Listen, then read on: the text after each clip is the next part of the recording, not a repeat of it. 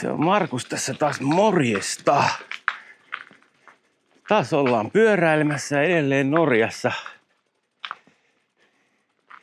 Ja noi on edelleen kalassa. Tuosta lähti isäntäväki. Ovat kalastajia, niin lähtivät kalaan.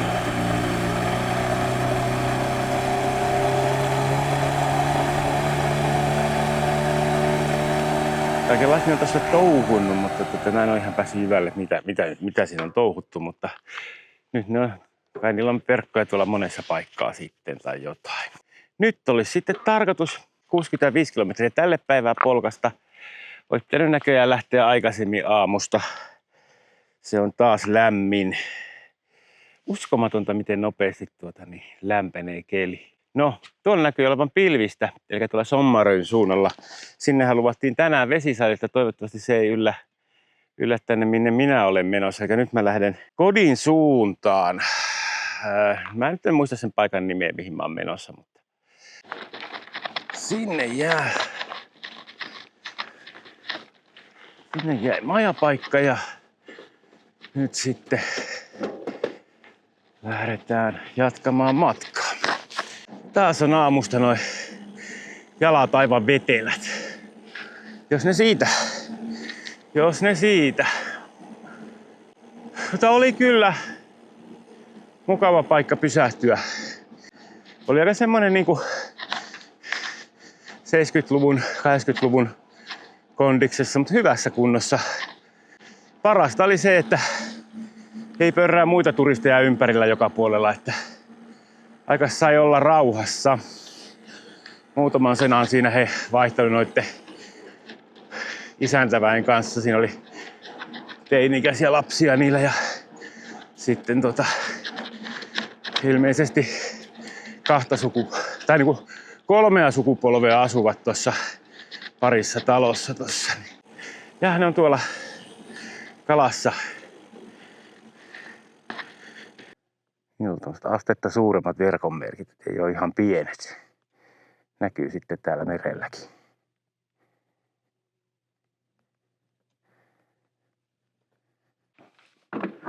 Thank you for staying, I'm leaving. Have you got any fish? Oh, too bad. Yeah. Thank you. See you. Eivät olleet mitään kalaa saaneet.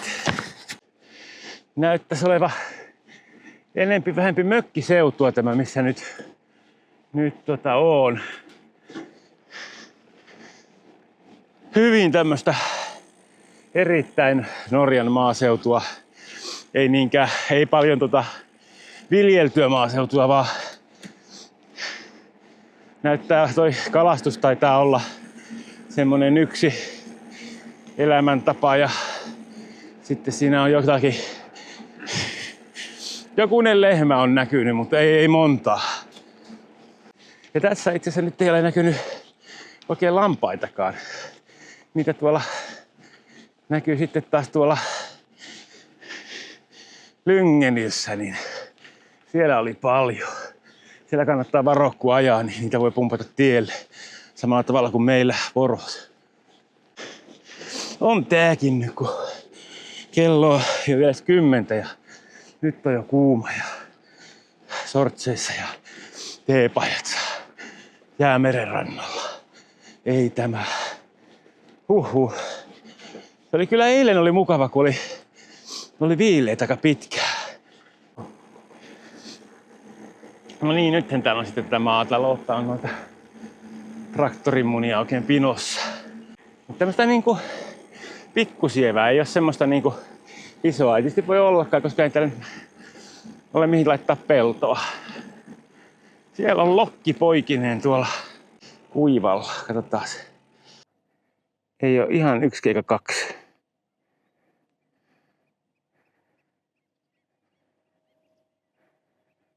Onkohan siellä nyt sitten jotakin maassa syötävää vai miten ne siellä? Vai lepäileekö ne kaikki tossa? En tiedä. Ei voisi kesäpäivää paremmin viettää kuin tällaisissa maisemissa fillaroiden. On kyllä kaunista.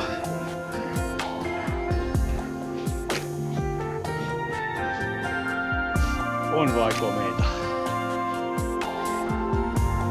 Tän kamera päällä ihan vain. Saatan tähän maisemaan auki.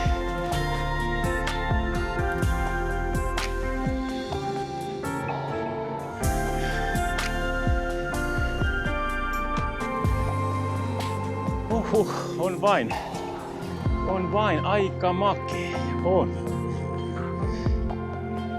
Todella hieno.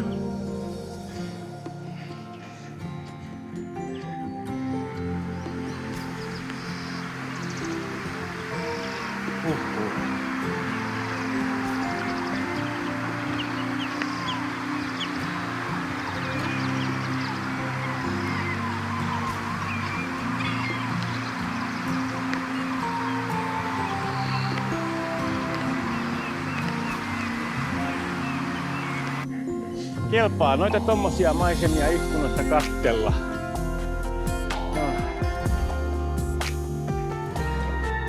Nyt voisi olla silleen tämmönen, jos asuisi jossakin tässä, niin voisi isommankin ikkunan laittaa, että ei välttämättä ihan pientä. On se vain komea toi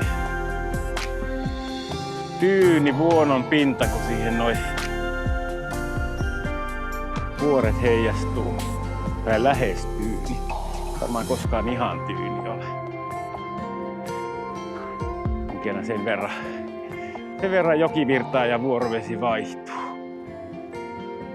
Täälläkin kyllä kaunis reitti. Mä tän pätkän ihan valitsin sillä perusteella, että Ride with GPS:ssä niin pyörällä oli ajettu tätä pätkää aika paljon.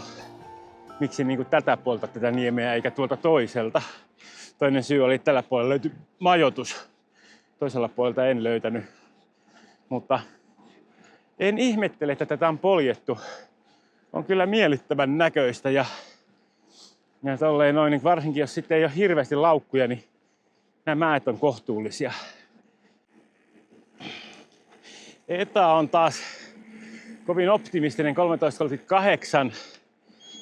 Luulen, että todellisuus on taas jossakin lähempänä 5.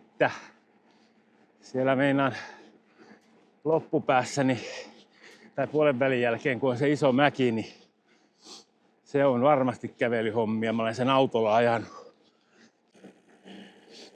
Olisiko se toi kylä tossa sitten eessä Sand? Minun ymmärtääkseni Sand, jossa pitäisi olla kauppa. Ja nostaa sieltä Coca-Colaa ja jotakin syötävää. Eli tää on nyt sitten tosta majoituksesta lähin kauppa, noin 10 kilsaa. Sitten katsotaan, onko meillä täällä vielä kauppa. Onko tää kauppa vai mikä tää on? Spielherr Närbutiiken. Käydään kattoo, onko se kauppa. Vai onko se entinen kauppa?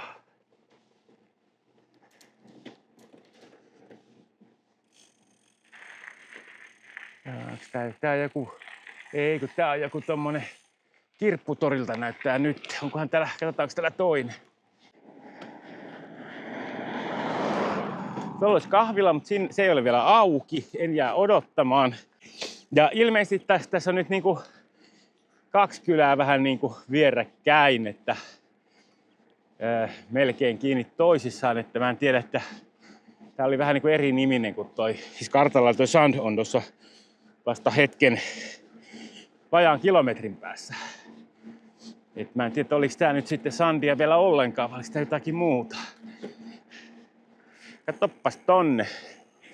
Aika hienosti siellä vuoret siihen peilautuu vuonon pintaan. On kyllä melkoisen hieno keli. Siinä lokki se melkein menee kovempaa kuin minä, ryökälle. Mutta kai sitä on pakko mennä kovempaa, jos meinaa lentää. En ole kokeillut. Hienon näköisiä noin linnut, kun ne lentää tossa ja sitten on heijastuvat tosta pinnasta. Nyt me vasta tullaan Sandiin. No niin. Siinä on ihan 1-2 lokkia. Jospas sitä vähän kameraa niille vilauttaisi. Sinne lähti. Ne vähän niinku meikäläistä pelkäs niinku ikään kuin.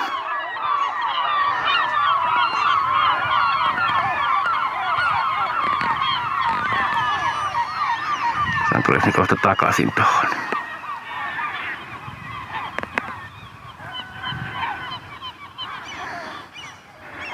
Toiset jo tonne jo tulikin sitten. Nyt tähän kauemmaksi.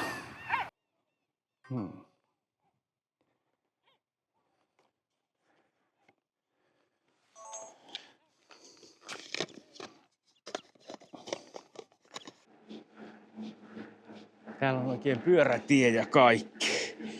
En mene nyt pyörätie, se kauppa oli ihan tossa. Jees.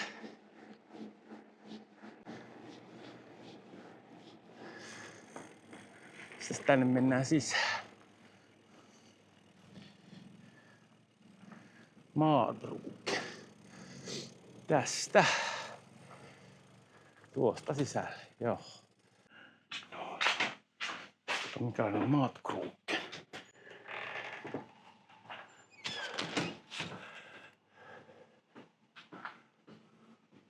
No täällähän on vaikka ja mitä.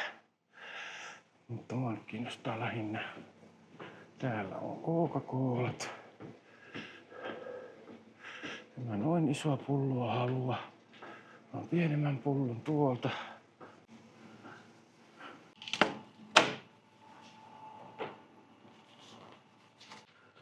Hej! Okei, tack. Nej tack. Hejdå! Kylläpäs osuukin hyvin tähän tää mun perinteinen 10 kilometrin tauko. On sen näköinen valikoima, että siinä taitaa pysähdellä retkeläisiä joskus muulloinkin. Juu, 11 kilometriä takana, 55 edessä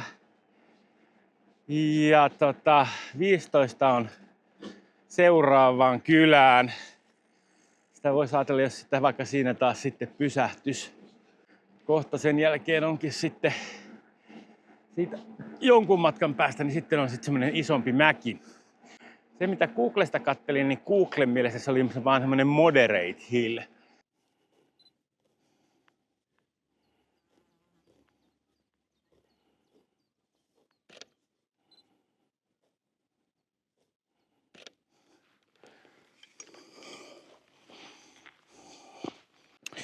Heippa hevoset, minä jatkaa matkaa.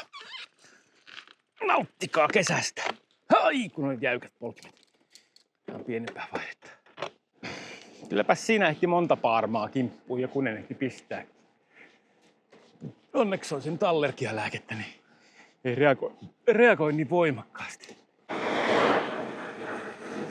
No niin, johan alkoi matka taittumaan.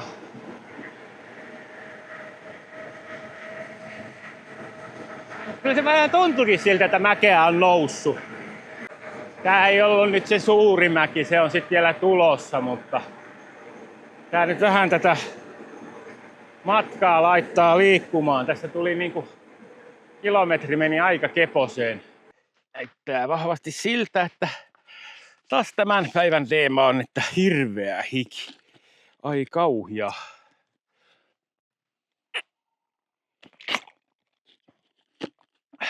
Nyt on taas vähän alamäkeä, mutta on todella iso vielä siellä oottelemassa. Mutta jos ei niin yhtään ei ala tuulemaan, niin siinä mäessä tulee kuuma.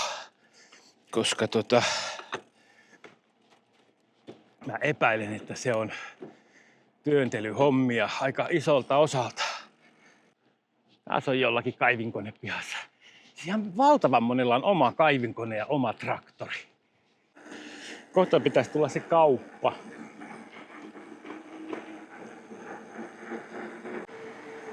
Se näyttää aivan kaupalta. Creek, siihenhän me mennään.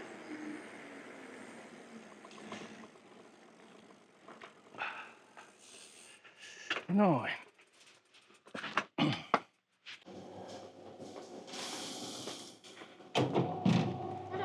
Hei!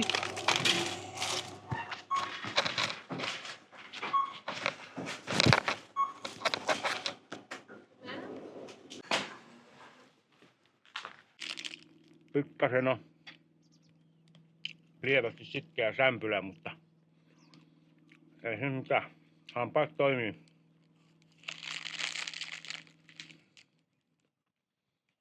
Kyllähän mun eilen itse tekemä oli parempi.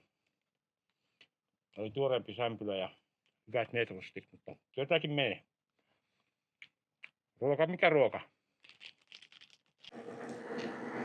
Joo, on. 40 kilsaa jäljellä.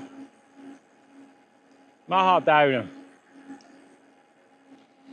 Mutta oli sille, että olisi vaan käydä ainakin pötkökseen, mutta pelkästään sellainen paikka, mihin ei vittinyt käydä pötkökseen sen penkillekään, kun oli niin paljon paarmoja, että monta sekuntia pystynyt makoilemaan rauhassa. Joku pääsee ehkä puremaankin. Nyt tässä on sitten sellainen lasku, mitä välttämättä en olisi halunnut, koska kohta alkaa reissun kovin nousu. Matka taittuu näin kyllä toki hetken aikaa rattoisasti. Ei se alkanut se mäki vielä. Tässä on vielä vähän tämmöisiä maisemia katseltavana ennen sitä, mutta tuolta se jostain vuonon pohjukasta varmaan sitten alkaa. Kyllä tämänkin toistaiseksi vaikuttaa paljon loivemmalta kuin sieltä Tromssasta lähtiessä. Kuumahan tässä tulee, mutta enimmäkseen ihan poljettavaa. Paarmoja vaan paljon.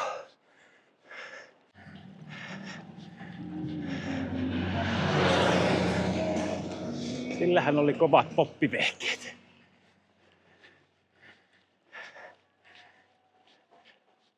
Kuuluupa kauas. Ei kuulu enää moottoripyörän ääntä, mutta kuuluu biisi. 2/3 noususta alkaa olla takana. Ootan sitä, kun pääsee sitten laskemaan alas. Se on varmaan aika hyvä lasku se. Nämä tämmöiset jatkuvat, vaikka ne olisi kuin loivia ylämäkiä, niin pitkä jatkuva ylämäki, niin kyllä se on vain raskas. Ei maha mitään. Tuolla autot katoaa tonne mäennyppylän taakse. No on semmoinen toive, että jos se alkaisi tasaisempi. Kun ei näitä paarmoja olisi, niin olisin aika tyytyväinen. Tää ilmeisemmin ollaan melko korkealla. Tiedä, nouseeko se vielä tuolta, mutta ainakin toi suurin osa on tosta takana. Hetken aikaa tämmöistä suht tasasta. Ei tää mäki vielä loppunut. Oli vaan pieni tasanne. Joo, tässä ei vielä olla se varsinainen alamäki. Täällä on täällä ylhäällä nyt jonkun matkaa ajellaan. Niin se on jännä. Täällä on tämmöistä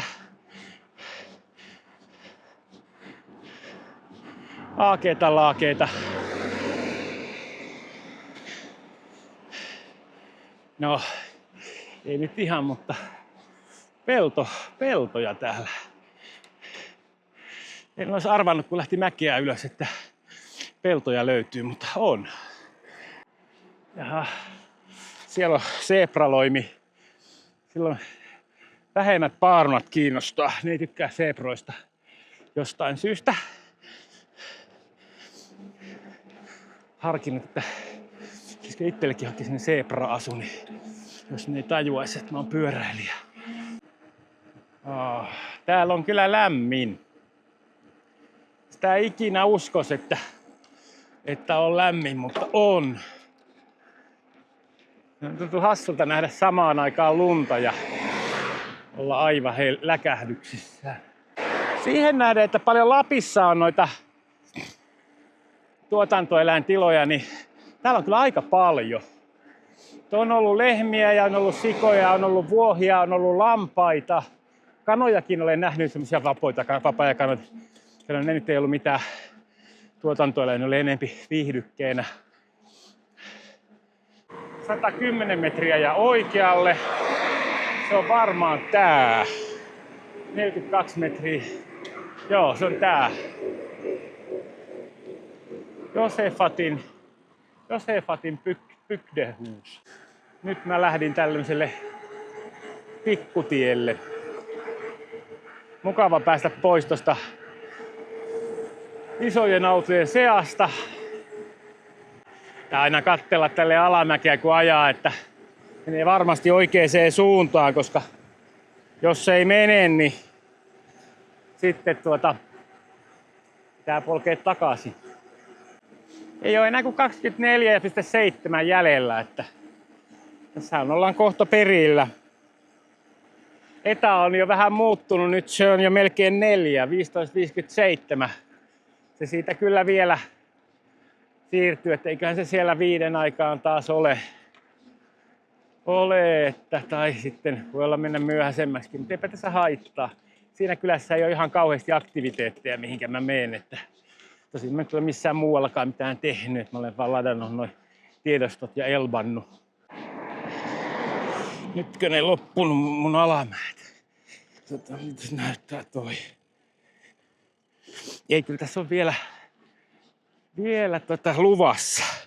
Se varsinainen alamäki on luvassa. Mä ajattelinkin, että tuntupa vähältä. Siinä on taas astetta komeammalla paikalla talo jollakin. Tuolla takana kun näkyy tommonen erinäköinen vuori, siellä lunta ja tuonne suht jyrkkä seinämä tuonne vaaleen, niin sen viereen mä oon menossa. Siellä on mun tämän päivän hotla. Tässä on vielä hetken matka, pitää kiertää tuo järvi ja sittenkin on vielä vähän matkaa. Kohta pitäisi sitten kääntyä mitä ilmeisemmin hiekkatielle. Nouseeko se nyt taas sit jonnekin? Ei pitäisi hirveitä nousta, mutta tähän se tietysti nousee. Kyllä se. Päästiin ihan gravelille. Mikäpä se on gravelia ajellessa. Tämmöstä tämähän on aivan kun ajas asfalttia. Se on sitten se varsinainen lasku, niin se on sitten taas asfalttitietä, että tässä on nyt jotakin tämmöistä siirtymää, että nyt meillä on mun mielestä nyt ihan suht pitkä alamäki luvassa. Ja tää onkin tämmönen vähän rynkyttävämpi. Melkein meillä on mennyt soraa kuin tämmöistä rynkytysasfalttia, mutta sellaista se välillä. Sellaista se välillä, ei se. Vähän pitää jarrutella, ettei mennään aika hyviä kuoppia välillä täällä.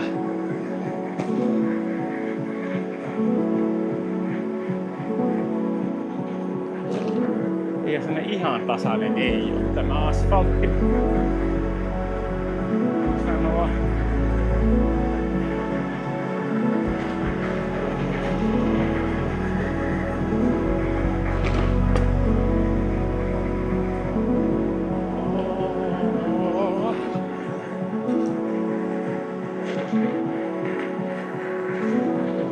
Mennä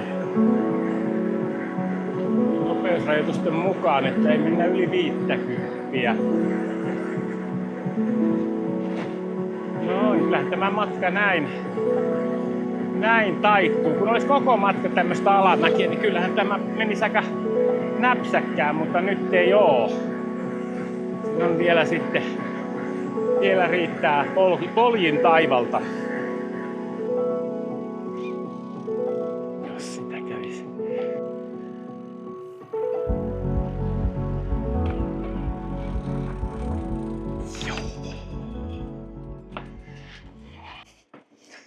You put everything on and I take everything off when you...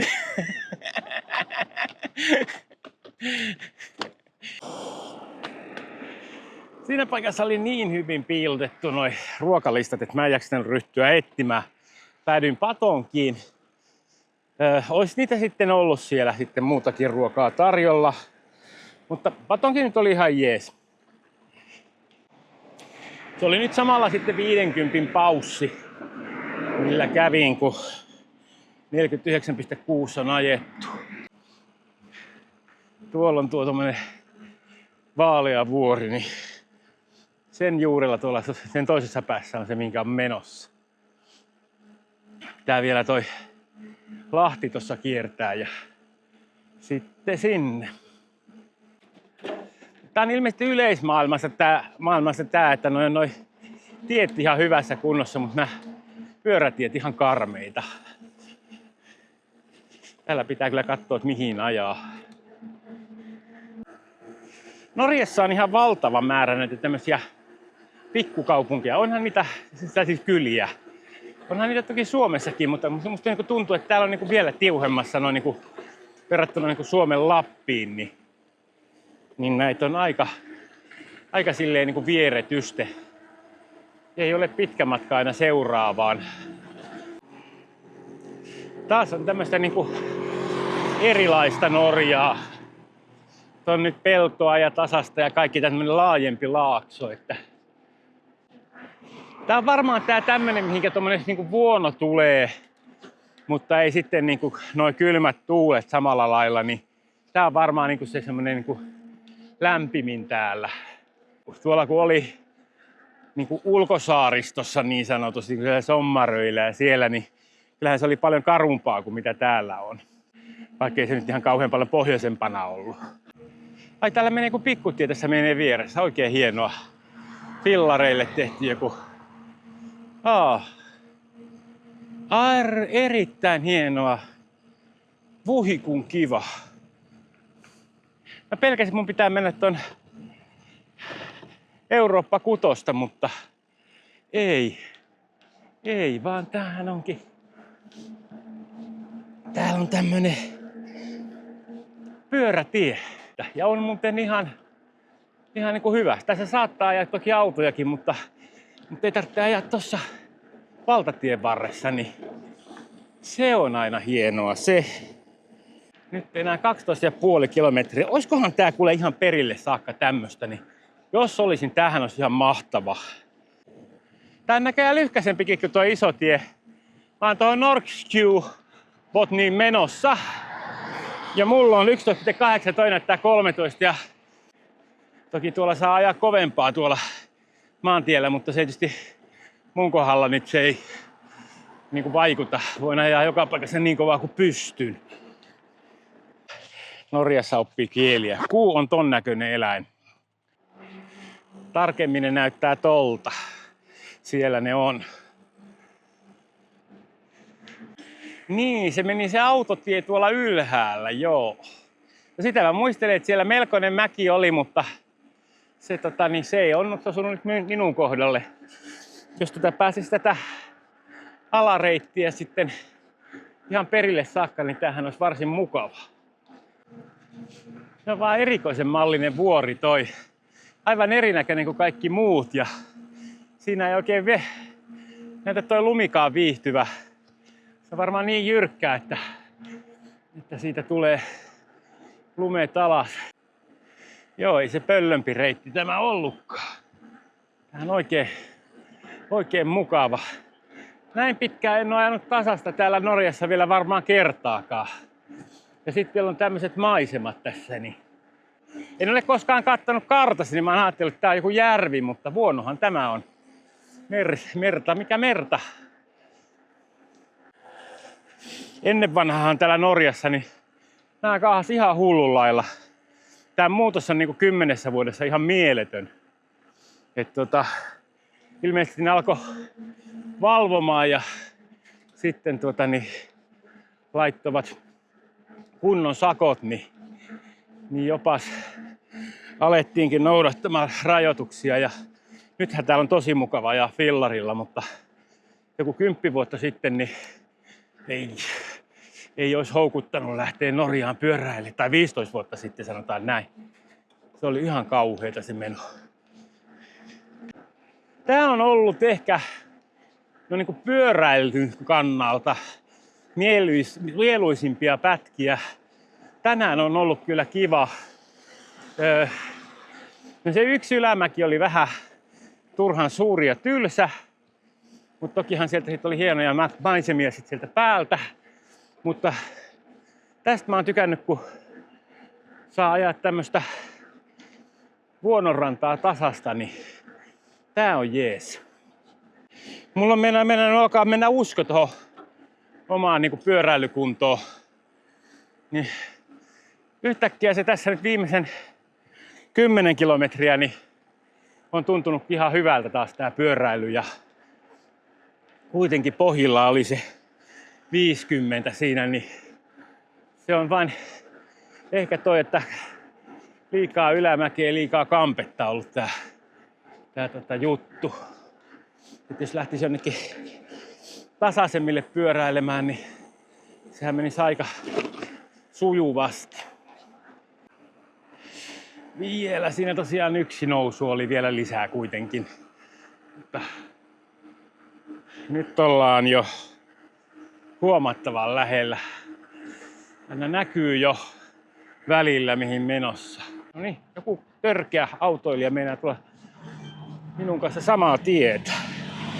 Ei hyvänen aika. Täällä uuden karhea Volvo. Kylläpä siitä lähti paha haju. Huomenna on luvassa sitten tommonen, tai seuraavassa jaksossa, tosi kaunis laakso, mikä tossa nyt sitten ajan tuossa noin vuonojen välin. Se on semmoinen, mitä on niinku aina autoillessa ihastellut ja sitten ei oikein kehdannut ajaa niin hiljaa, että ehtis näkemään kaiken. Nyt mä pystyn sen tekemään menemään just niin hitaasti kuin huvittaa. Joo. Aletaan olla maisemissa. Tää on tämmönen kylä, jonka olemassaoloa sitten niinku aina niinku ihmetellyt, että tässä on kuitenkin kauppaa ja kaikkea. Sitten tässä on niinku paljon mitään asutusta. Mutta ehkä ne sitten jotenkin häviää tähän ympäristöön tää asutus. Niin, nythän mä tietysti olen ton karttaan vaan lyönyt niinku suuren piirtein kohille sen. Pitääkin mennä silmät auki eikä karttaa katsoen. Käyn nyt useamman kerran syömässä tuossa paikassa, jossa nyt meinaan olla yötä. Mä olin yhdessä, yksi suunnitelma mulla oli semmoinen, että mä olisin ajanut tosta vielä eteenpäin seuraavaan kylään.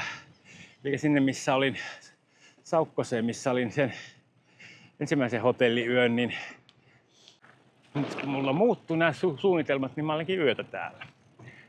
No niin, täällä on hamppareita ja apoteekkia ja softis. Siitä voisi tehdä hyvää softis.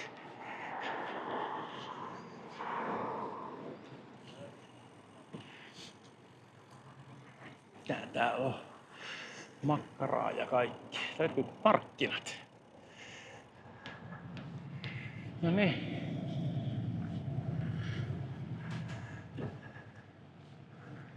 Siinä on kafe ja hotelli. Noin. Perillä ollaan.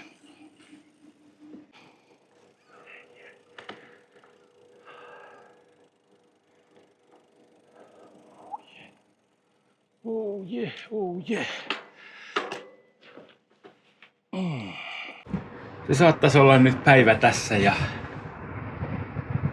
mukava kun seurasitte ja ei kun seuraavaa videoa ja tykätkää ja kommentoikaa ja lähtekää Norjaan pyöräilemään. Tää on kyllä tosi jees. Huominen päivä vielä, seuraava jakso. Sitten katsotaan mikä on vointi siinä mäen alla, että menenkö leirintäalueelle sinne yöksi ja sitten seuraavana päivänä autolle vai mikä on suunnitelma, mutta nyt minä lähden suihkuun. Se on moro.